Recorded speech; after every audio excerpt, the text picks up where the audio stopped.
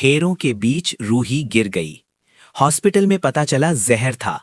पूनम और सुमन अरेस्ट और नाहर ने किया अपने प्यार का इजहार। जानिए पूरा सच। दोस्तों, एपिसोड 1514 एक धमाकेदार एपिसोड है जिसमें बहुत कुछ होने वाला है। चलिए शुरू करते हैं। शादी की रात है। पंडित जी फेरों के लिए बोल रहे हैं। रूही और स्पर्श मंडप में बैठे हैं, लेकिन अचानक रूही को बहुत ज्यादा चक्कर आने लगते हैं। उसका चेहरा पीला पड़ जाता है। वो कहती है, मुझे मुझे बहुत बुरा लग रहा है, और फिर वो बेहोश होकर गिर जाती है। पूरा मंडप में शोर मच जाता है। दादी चिल्लाती है, रूही बेटा, कोई एम्बुलेंस बुलाओ। लेकिन नाहर ये सब बर्दाश्त नहीं कर पाता। उसका दिल कह रहा है कि रूही उसकी है और अब उसकी जिम्मेदारी भी। वो सीधा दाड़ के जाता है, रूही को अपनी बाहों में उठा लेता है और अपनी कार की तरफ भागता है। स्पर्श हैरान है। वो सोचता है, ये क्या हो रहा है? नाहर रूही के लिए इतना क्यों कर रहा है? लेकिन इस वक्त सबसे इंपॉर्टेंट रूही की जान बचाना है, तो सब लोग हॉस्पिटल की तरफ जाते हैं। हॉस्पिटल पहुंचकर डॉक्टर्स इमरजेंसी में रूही को ले जाते हैं। बाहर नाहर बेचैन घूम रहा है। वो बार बार अंदर जाने की कोशिश करता है, लेकिन नर्सेज उसे रोक देती हैं। थोड़ी देर बाद रोहित भी बेहोश होकर हॉस्पिटल पहुंचती है। अब पता चलता है कि 2 लोगों को प्रॉब्लम है। जब डॉक्टर बाहर आते हैं तो वो कहते हैं, दोनों पेशेंट्स को हाई लेवल पॉइजन दिया गया है। अगर हम टाइम से एंटीडोट ना दे पाए तो बहुत मुश्किल हो जाएगी। ये सुनकर सबकी जान में जान आती है। पुलिस भी आ जाती है क्योंकि ये मर्डर अटेम्प्ट का केस है। नाहर को अचानक संगीत की रात याद आती है। वो पुलिस इंस्पेक्टर को बताता है, संगीत की रात पूनम आंटी और सुमन आंटी दोनों ने रूही और रोहित को कुछ जूस या शरबत पिलाया था। पहले तो उन्होंने कहा था कि दुल्हन कुछ नहीं खाएगी पिएगी, फिर खुद ही पिलाया। मुझे शक है उन्होंने ही जहर दिया है।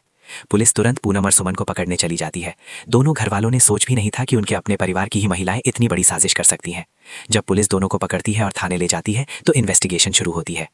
इन्वेस्टिगेशन में पता चलता है कि पूनम का प्लान था कि रोहित को खत्म करके अरमान को ब्लेम करना और फिर नाहर को अपनी बेटी के साथ जोड़ना, और सुमन का प्लान था कि रूही को खत्म करना क्योंकि वो पास्ट वाली औरत है और उसकी बहू बनने के लायक नहीं है। दोनों ने मिलकर ये प्लान बनाया था। जब ये सच सबके सामने आता है तो पौटदार परिवार टूट जाता है। अरमान कहता है, मैंने कभी सोचा नहीं था कि मेरी माँ ऐसा कर सकती है। अब हीरा रो रही है। दादी गुस्से में कहती हैं, तुम दोनों ने मेरे परिवार को बर्बाद कर दिया, तुम्हें कभी माफी नहीं मिलेगी। हॉस्पिटल में रूही को प्रॉपर ट्रीटमेंट मिल रही है। डॉक्टर्स ने एंटीडोट दे दिया है और अब वेट कर रहे हैं कि बॉडी कैसे रिस्पॉन्ड करती है। कुछ घंटों बाद फाइनली डॉक्टर बाहर आते हैं और कहते हैं, पेशेंट डेंजर से बाहर है, होश आने में थोड़ा टाइम लगेगा लेकिन जान बच गई है।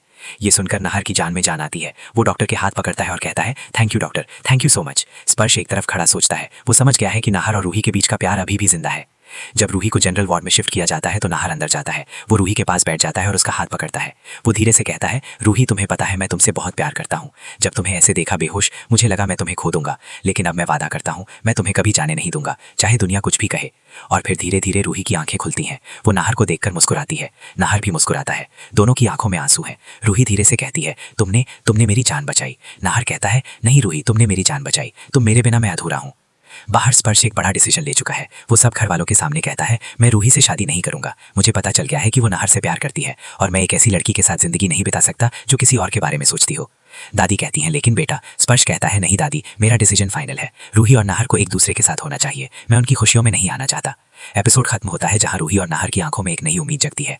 क्या आप दोनों फिर से साथ जोड़ेंगे? क्या रूही स्पर्श को छोड़कर नाहर के पास वापस आएगी?